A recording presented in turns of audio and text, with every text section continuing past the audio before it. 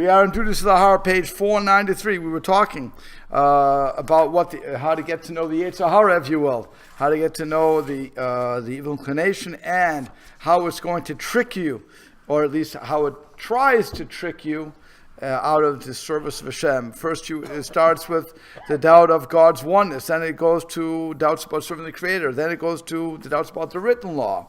And in all these cases, if we use our intellect, Rav Bachya says, and we really put it to question, then it will be those arguments will be taken away. I want you to know, it was interesting. I was listening to the radio, and there was an argument about women are, the United States considers, the way that the United States does it, women are, what's it called? Second-class citizens, something like that. They were trying to do that, right? So the argument was, in America, women have it great. Is there any other country that treats women like this? And I said to my wife, that's a horrible argument. That didn't answer the question. Women are second class.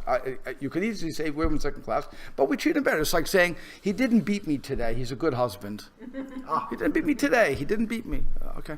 That's a horrible argument. And that's, again, the intellect has to kick in to say, is the argument a valid argument or not?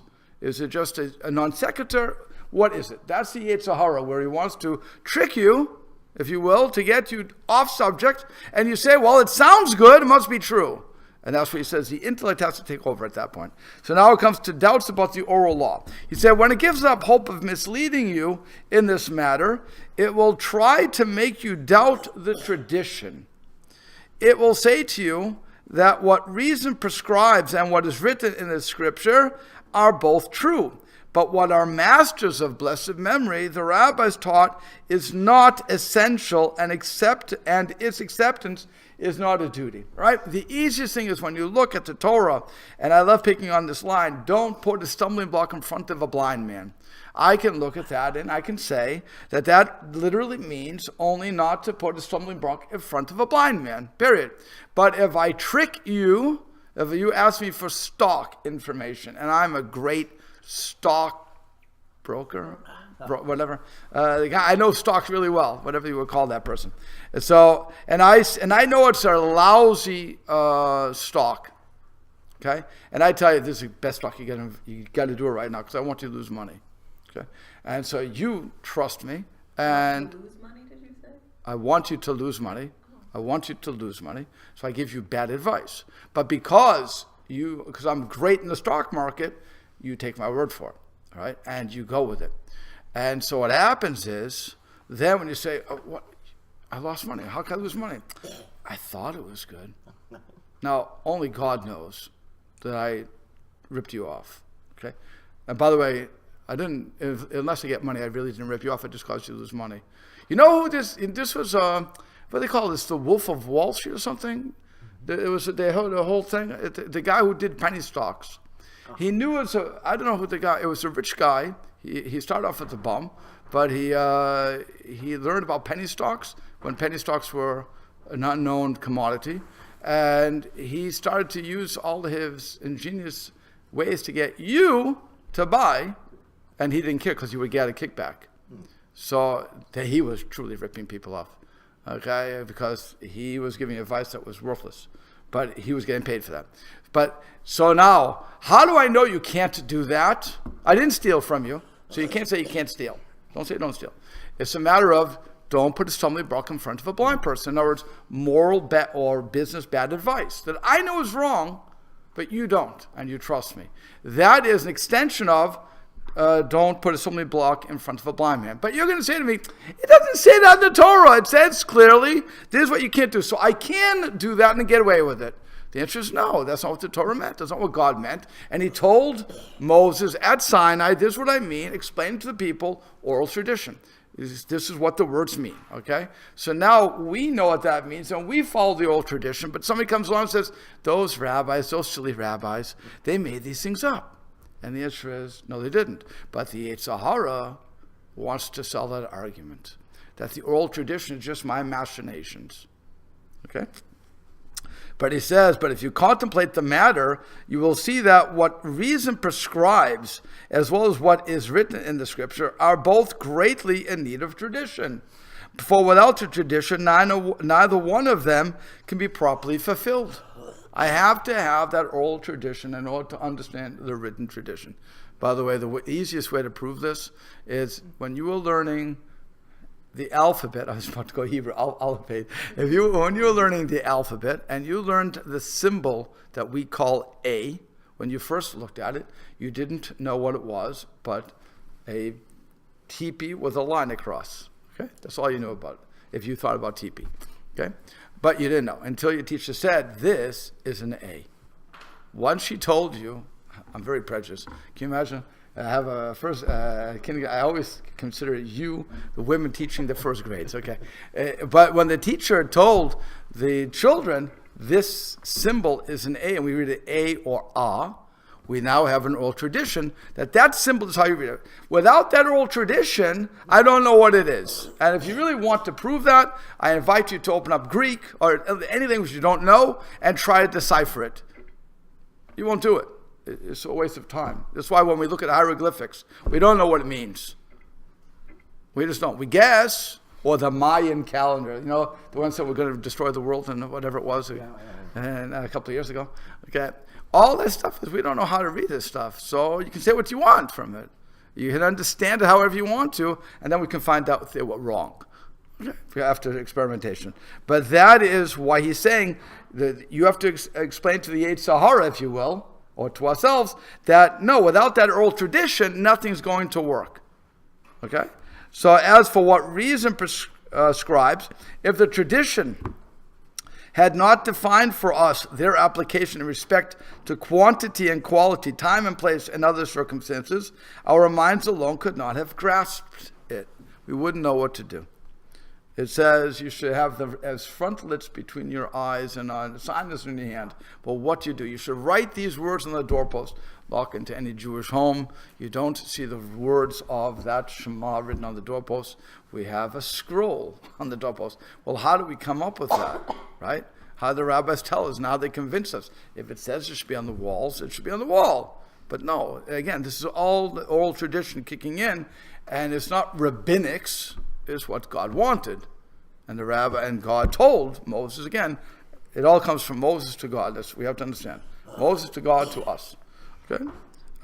So the same is true in respect to Scripture. If the tradition had not clarified for us the way it should be read, the meaning of its language, the explication of its themes, and their implications, we would not have grasped this from the Scripture alone. And again, I challenge anybody to go through the Hebrew, not the English, because the English is prejudice. Whenever you translate any language, you are putting your prejudice into the translation. You're putting and your agenda into the translation. So if you look at the Hebrew and you just go through it and just word for word, you will not be able to figure out what's going on. As a matter of fact, there's a lot of problems in the text. And if you look at, I'll give you numbers here for a second, Genesis 1 to Genesis 2. Genesis 1 tells you of the creation story. Genesis 2 changes the story. Well, who wrote the Torah? God. God forgot we wrote from chapter 1 to 2? Really? How is that possible? Okay, why did God change his mind? And it's a bad writer, by the way. He goes from here to here, and it's out of order, and so on and so forth. So there's a lot of problems in the text when you're just reading the text. When you read translation, so they do their best to fix it up via tradition or whatever else it's going to be. But again, the person reading it doesn't know it. And by the way, if you go through the sometimes when you go even through the English, like in Samuel, good luck to you. You're not going to get the story. I challenge anybody, just go through the story. And I do with my classes, by the way. The very first class I had in Joshua, I first started this. And we couldn't get past... I did the first chapter without any answers, just asking questions on like the first 5 verses. Took an hour. Just ask the questions. And I remember Bill was sitting there, you were sitting there, and everybody was just with the mouth open. What? Bill always will tell me, I read this many years. I've never saw these things before. Okay? The point is, when you start looking at the language and you start seeing what's going on, it's an impossible thing to understand without tradition. Once you have the tradition, once you have the back story, then everything starts to make sense. But without that, it doesn't make sense. So that's what he's saying. That's, again, you have to look at that and say, it doesn't make sense. So say, okay, I said that.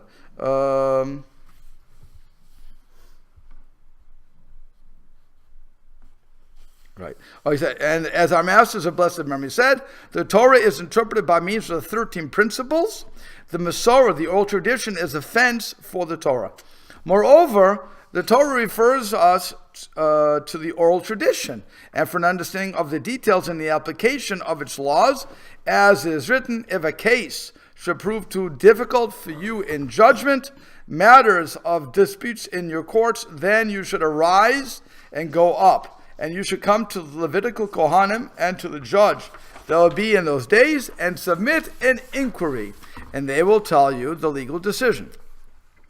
The man who acts brazenly and does not listen to the Kohen, that man shall die. When you understand all of this, the doubt will end, and you will be certain of knowledge gained from reason, scripture, and tradition. You need all three. You can't just have one or the other.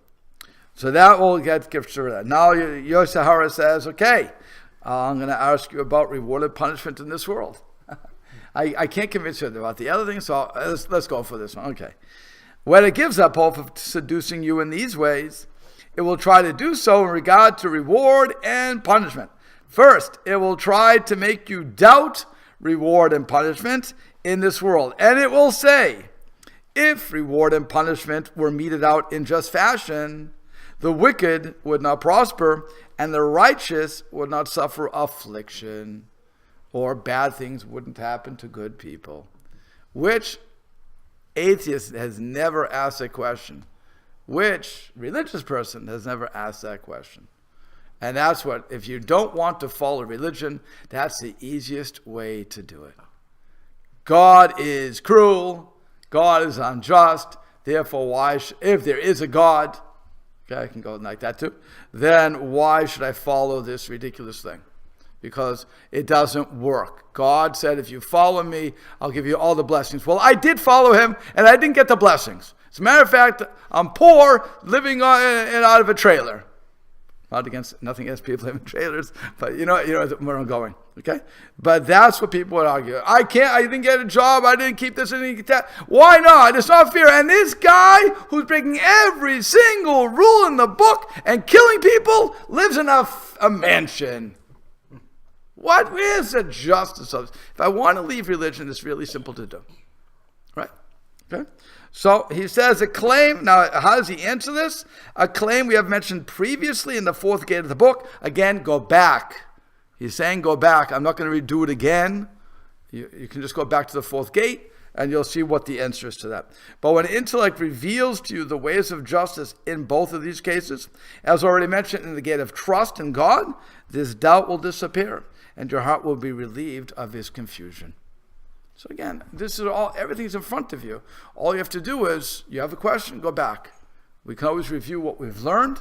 That's what you have to do. You can't just come up with a question. And by the way, the reason those people, I've said this many, many times, when somebody comes to me with the question of why God, if there is a God, how could he allow for a Holocaust? That is not a question. That's an answer. You can never answer an answer.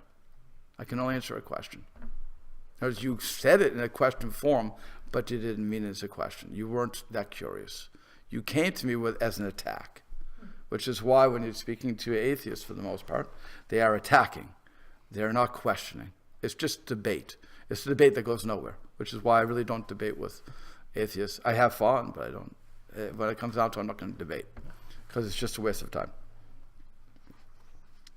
So now okay, you've wiped out reward and punishment in this world. So now about the world to come. When the evil inclination gives up hope of overcoming us in this fashion, it will try to make us doubt reward and punishment in the world to come.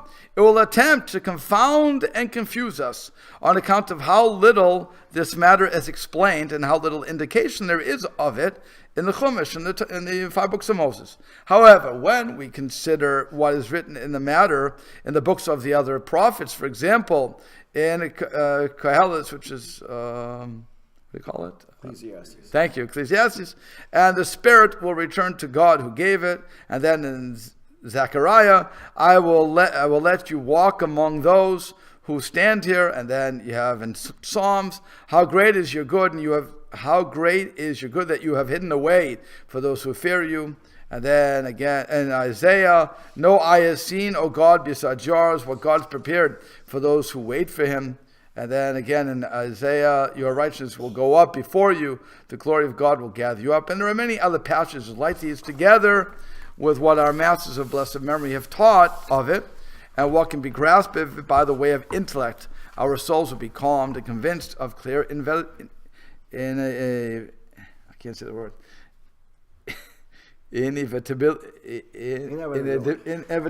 Thank you. I couldn't get the word out. Of reward and punishment in the world to come. Okay, bottom line is now the question is also something that I just had a discussion with somebody else about this. We really don't care about the world to come. That's not what we focus as Jews, right? And there's some religions focus on the afterworld. Well, that's not what we do. We focus on this world and what we have to do in this world. That's why we're so keen on fulfilling the obligations and doing it properly and serving God like that. Not for the points, if you will, that we're going to get or the reward that we're going to get. We're doing it out of love for God, and we're doing it because we know that God wouldn't have given to us if it wasn't for our good.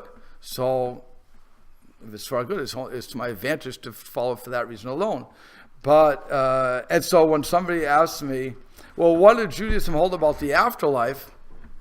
I don't know. It's not something I really focus on because it's just nothing to prove. In other words, nobody's ever come back and said, by the way, this is what's going to happen.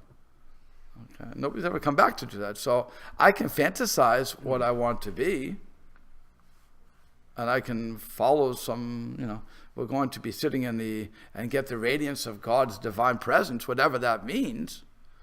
But it's really nothing that I couldn't bet the farm on, to use such an expression. But so that's why we don't focus on that. So when somebody wants to say that there's no reward in the world to come, my original thing would say, and does that mean I should not follow the laws now? So what? Shouldn't I not do anything because it's not an ultimate reward? What kind of nonsense would that be? If God told me to do it in this world, it's how this world operates. So I have to do it in this world. I can't worry about what's going to happen in the world to come. That's God's problem, not mine. I mean, I can build up my spiritual bank account, if you will, but who knows if I'll be in the mansion or in on the servants' quarters. I don't know where I'm going to be. I can't worry about that. I can only worry about what we have to do here. Okay? So that's something else that I know people have a preoccupation with that, but I think it's a waste of time. I think they're really spinning their wheels for nothing. What's another way of saying that is, can we say that whatever it is, if we do what we're supposed to do now, it'll take care of itself, whatever it is. Right. That's all. Again, if God is doing it for my good. So if God is doing it for my good, and everything is for my good, so I have to just follow that and it'll be good. It's like when my parents said, clean my room or eat your green beans or whatever they would say to me because you'll be a big boy. Could they prove that? I remember the doctor said, hang from the tree, you'll be 6 feet tall. I went to a trip. Hey, I'm not 6 feet. I can tell you out there, and I'm not 6 feet tall. Okay? But it's, people have all this craziness of do 100 push-ups and you'll look like Schwarzenegger. Not that I want to, but okay. But it doesn't work either. Do 100 push-ups, not that hard. But you're not going to be Mr. Universe from that.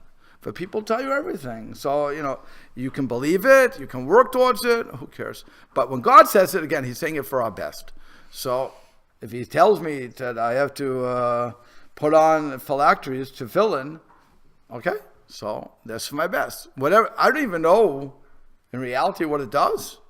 If you're going to say, spiritually, how's it build me up? I don't know. I don't know the mechanics of that.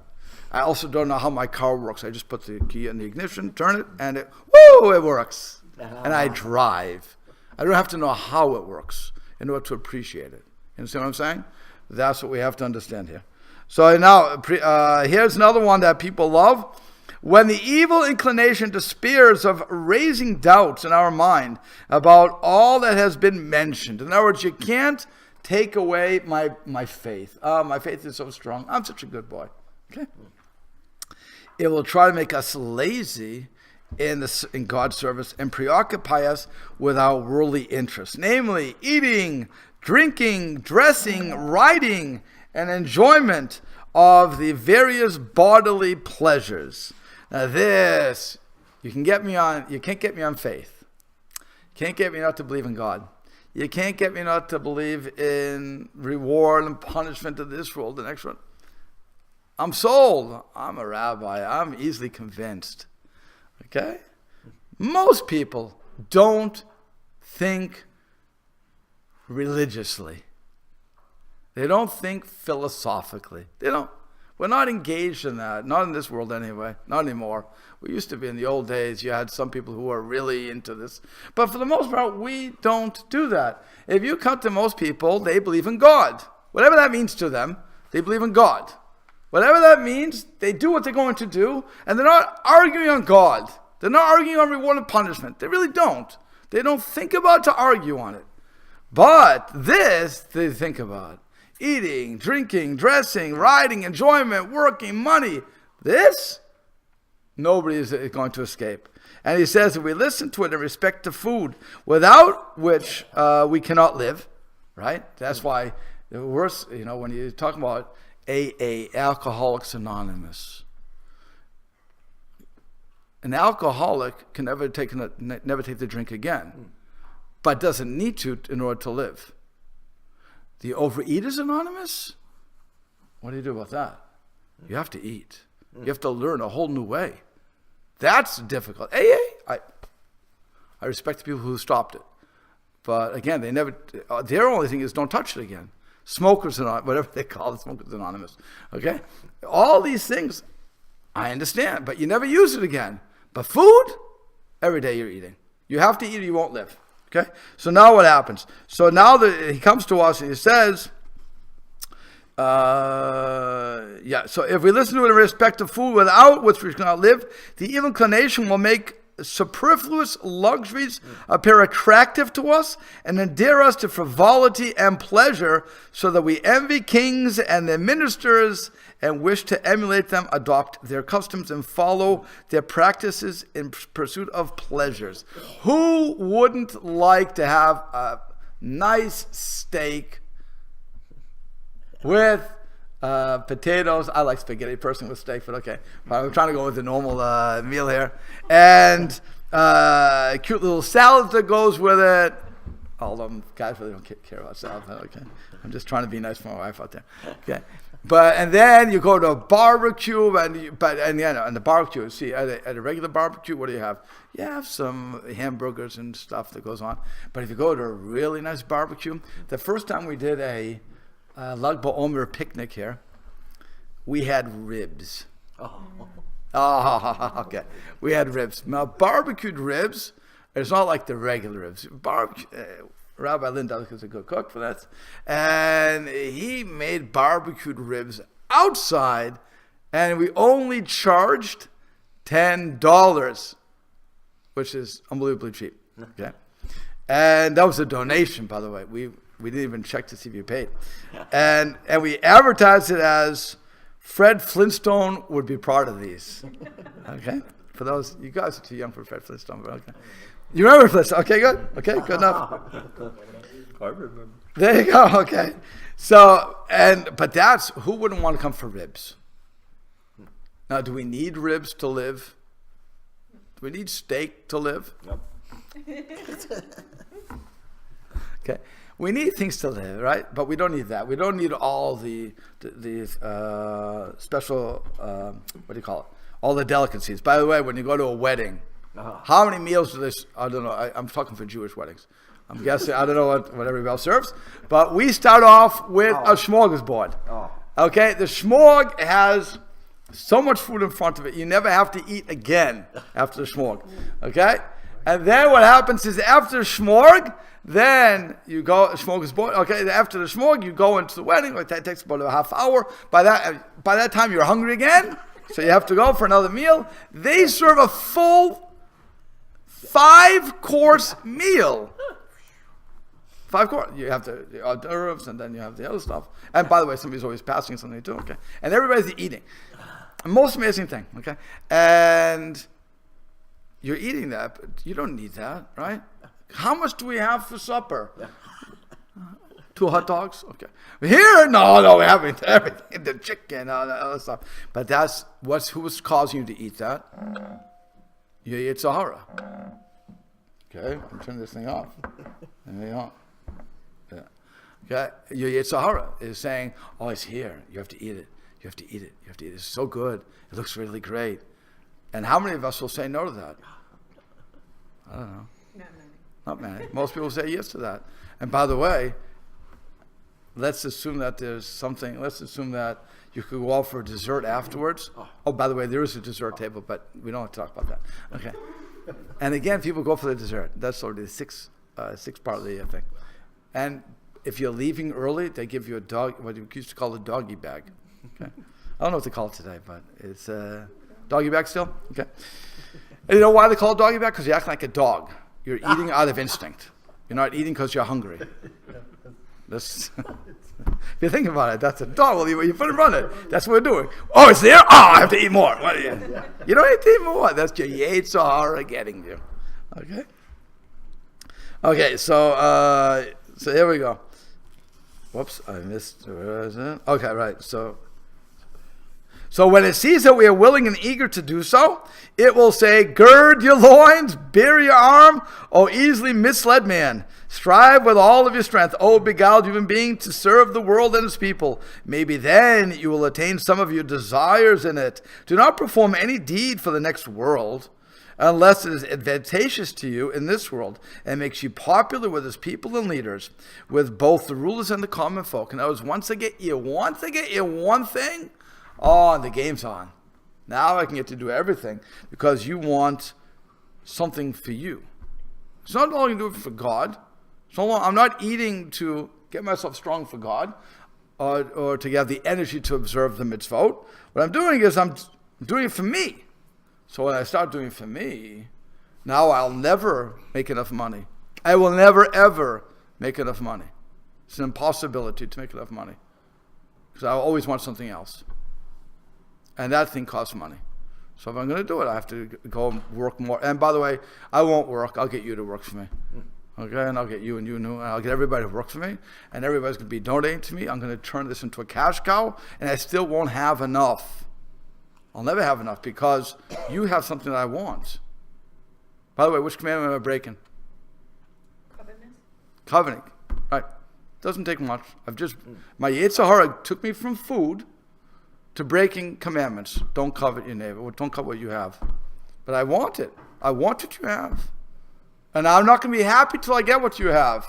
And you don't have it. Let's understand that. It starts easy. I wanted the steak because you had it. Before you had the steak, I was happy with my hamburger. Or I was happy with my vegetables for you guys, okay? They're vegetarians. So I was happy with my vegetables. I didn't need so much. But now that I saw that you had something and it looked good, oh, I want that. But I don't want you to have it. I want to have it. That's where it gets you. Okay, that's the danger of this. So it says, "Do not apply your mind to any field of study unless it brings you honor for your contemporaries." Again, Yetzer Hara talking. "For your contemporaries, and wins you with the esteem of the notables of your time, prince, officer, captain, or anyone who occupies a high position. Studies worth cultivating are, as a result of that, the knowledge of language, the essentials of the prose of prosody is the prose of the language. The principles of in Hebrew it just says shir, the song. Which I didn't understand what prosody was, so I saw shir, I said song, what does that have to do with it? So then I looked up on Rabbi Google, and Rabbi Google explained that prosody, I think that's how you say prosody, is the prose of the language. Yeah, Writing. The writing Writing skills. Would be a glib language? You just No. smooth talking? What? Ability to write. Ability to write. Right. So he says the principles of grammar and poetry, that sort of thing. So then, learning charming riddles, profound parables, and exotic speech. Frequent the company of fine speakers.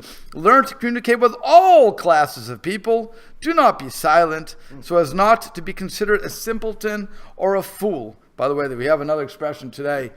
Rather to keep your mouth shut and not let me know you're a fool than to open up and to take away all doubt. Okay, so I forget who said that, but I know somebody said that. Ignore the other studies, for they demand much effort and offer little advantage. So in other words, I'm only studying to impress you. Which means I'm learning to lie. I'm learning to manipulate. That's what my Yetzer wants. But don't do anything that's for ideally, for God, do it because you need it. It's all building you up. Okay? But if from the first, now here's coming back, if from the first we do not open the door to these positions and do not gratify the desire to indulge in luxuries and to pursue them, if we answer the evil inclination that superfluities are not needed, the thought we must devote to our livelihood is distraction enough. And that if God should provide us with the superfluities without distraction or diversion to us, we will use them in the proper manner, as we should. And if he does not so provide us, we will make do with the basics and need nothing else. Then the evil inclination will be broken and defeated. That is the hardest test that you are going to have. One of the hardest, I shouldn't say the hardest. It is one of the hardest tests that we have to pass. Again, proving God, not proving God, don't bother me. Really, most of us don't think about it. We just accept that there is, and we go on with life. Either you're religious or you're not religious. Okay? If you're not religious, you're not. And by the way, those who aren't religious are just not religious in comparison to me. So I'm calling them non-religious. Let's be honest with that too. They're religious in their way. I'm religious in my way. Who cares? It's all a matter of degree. But they're not going to say they don't believe in God if you push them. They may say, I don't know. They're not going to say, absolutely not, unless you just want to have an argument. Okay? But when it comes to this, who doesn't work to get that extra stuff? You go to college. Why are you going to college? For what purpose? For a degree. Why? To make money. Why? What do you need? You have everything you need. What do you need to live in this world? You don't need $50,000 to live in this world. You need very little to live in this world. But nobody wants to be a pauper, right? Oh, so you don't want to be a pauper. Now, where do you want to live? What neighborhood do you want to live in? Okay? All these things you have to ask yourself. And then, why do you want to live there? That's, again, the Hara gets to you. And you have to know that if I'm going to live in the expensive neighborhood, I'm doing it because I want the best schooling so that I can understand God better. If you can really believe that, by the way, then you're golden. If you can't, if you want to really test yourself as to why you're doing what you're doing, okay, you may find that you don't have to live high off the hog. And if you don't have to live high off the hog, then you don't have to work as much. If you don't work as much, then you can learn more Torah. By the way, I'm not saying that everybody learns Torah should be poor. What I'm saying is that God will provide, hopefully, for us if that's for our best. And that's what he's saying. If God wants it for me, then it's for my best. If God doesn't, it's not. I'm not going to spend all my time chasing the money or the honor that you, Yetzer Hara, want me to do. But again, everybody, that's the biggest, one of the biggest tests we have. Okay? It's something we have to figure out too. Why are we doing what we're doing? The above are examples of the first kind of temptation by which the evil inclination induces doubt in a person if he is weak in wisdom and in the knowledge of God and his Torah. Okay, that's number one. Now here we go. But if a person is proficient in knowledge of God and his Torah, the evil inclination will try to bring ruin upon him and to introduce error into his thinking and practice by way of objections and arguments from any available source, reason, scripture, or tradition. The evil inclination will support its arguments with fantastic proofs in which the premises are not true and the conclusions do not necessarily follow. So don't think that somebody who was a Talmud Chacham, a person who learns, doesn't have a Yetzer Hara. We have it on steroids. Okay? There's a famous midrash that says that in the times when God's presence will be revealed and everybody will admit to the truth, that the righteous will cry and the wicked will cry. Both will cry. Okay? Why will they cry? The righteous will cry because their Yetzer Hara will be represented by a very tall mountain. And they'll say, how did I fight that? Only through God's help did I fight that. And they'll cry. Why are the wicked crying? Because their Yetzer Hara is a little molehill. And they'll say, how did that trip me up? And they'll cry. So everybody's going to be crying, but for different reasons, obviously. But that's what the Yetzer Hara will do. So for those who think that the more religious you become, the less you have to worry, it's just ramped up. It just ramps up. And by the way, if it didn't, you would lose free will. Okay? You always need to ramp it up for free will. Sorry? For a balancer? Yep. You have to have that balance. Anytime that you're weak, and if the Yetzer Hara doesn't have to work that hard, you're going to keep tripping. The Yetzer Tov has to hit you a little bit, but it's not strong enough. But the stronger you get, the stronger the Yetzer Hara has to fight the Yetzer Tov. So it has to have that balance, or you lose free will, one way or the other. One way or the other. So God said we have free will. You have to make a choice. Now, depending on how much we train ourselves, we'll determine that, how strong one or the other, and they're both going to be equal strength. So we have to always remember that. But the game is never over till the day of your death, which is why the rabbis say, don't trust yourself until the day of your death. It never stops. That test continues to go on.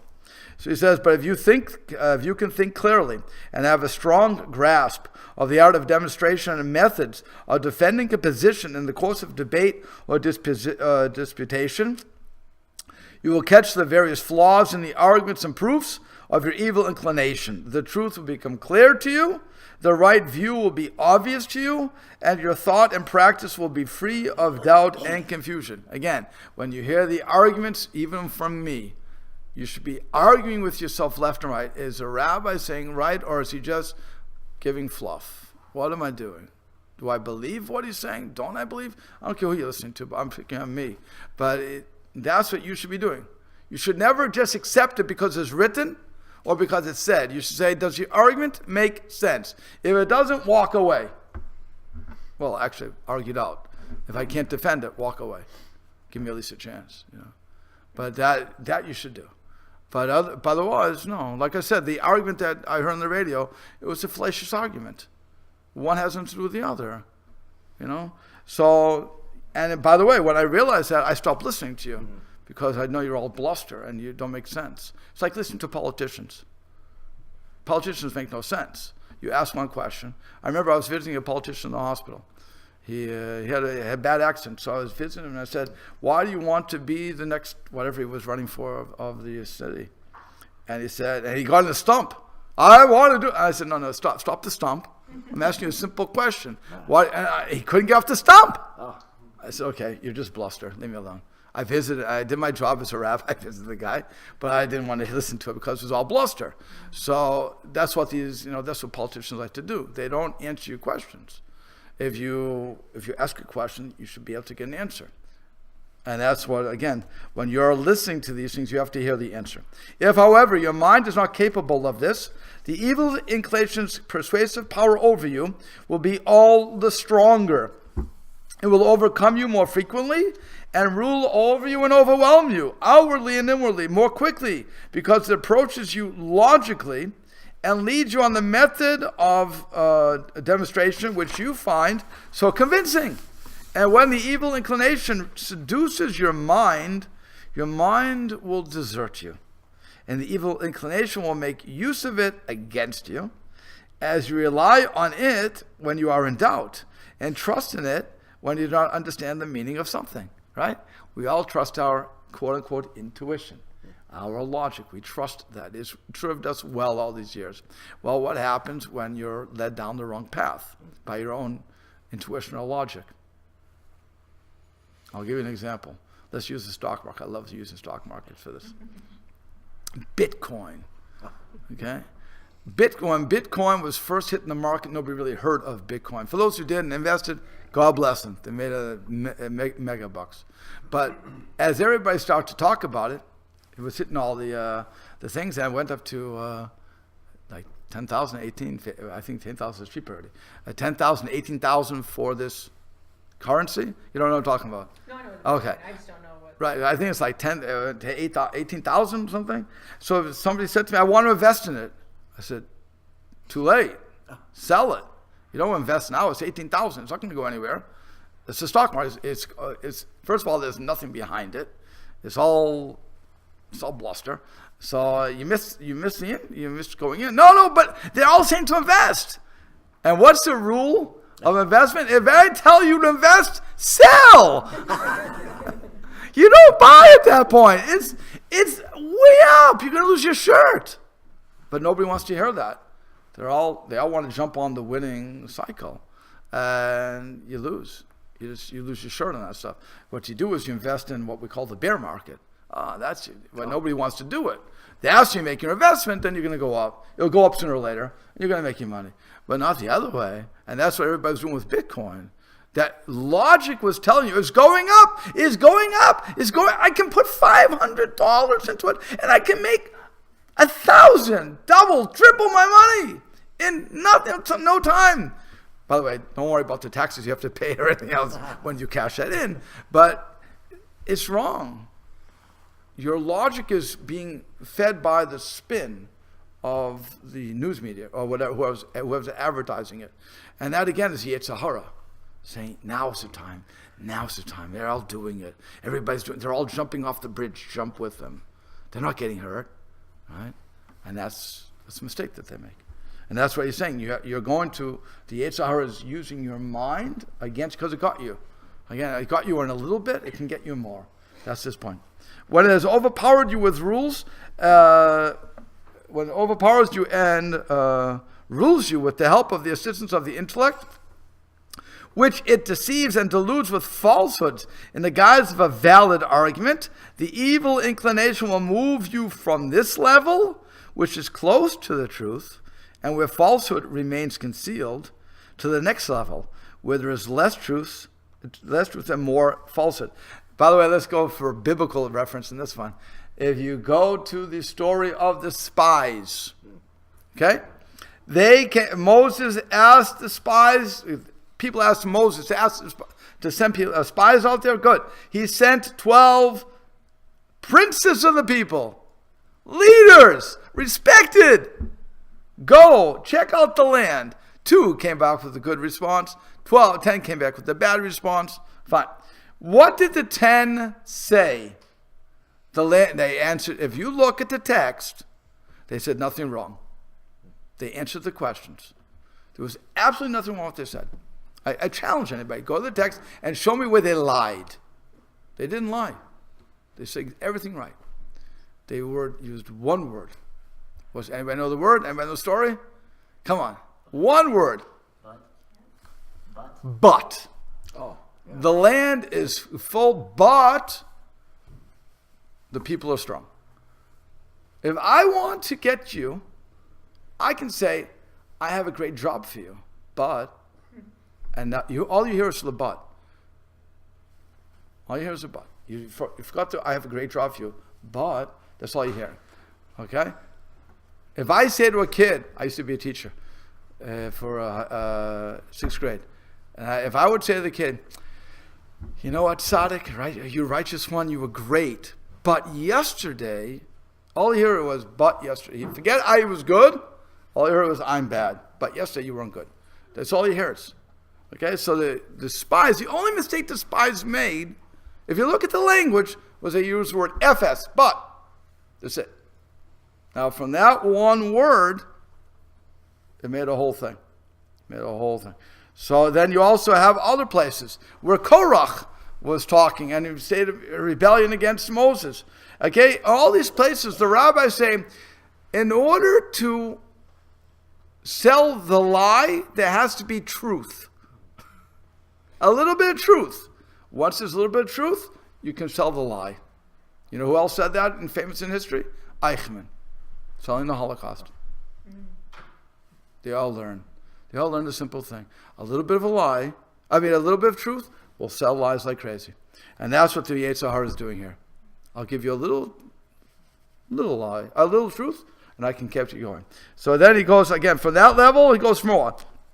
He says, it will continue to move you from level to level until finally it brings you to a level where all truth is concealed and there's absolute falsehood. It will uproot you from this world and topple you from the levels of reward in the world to come.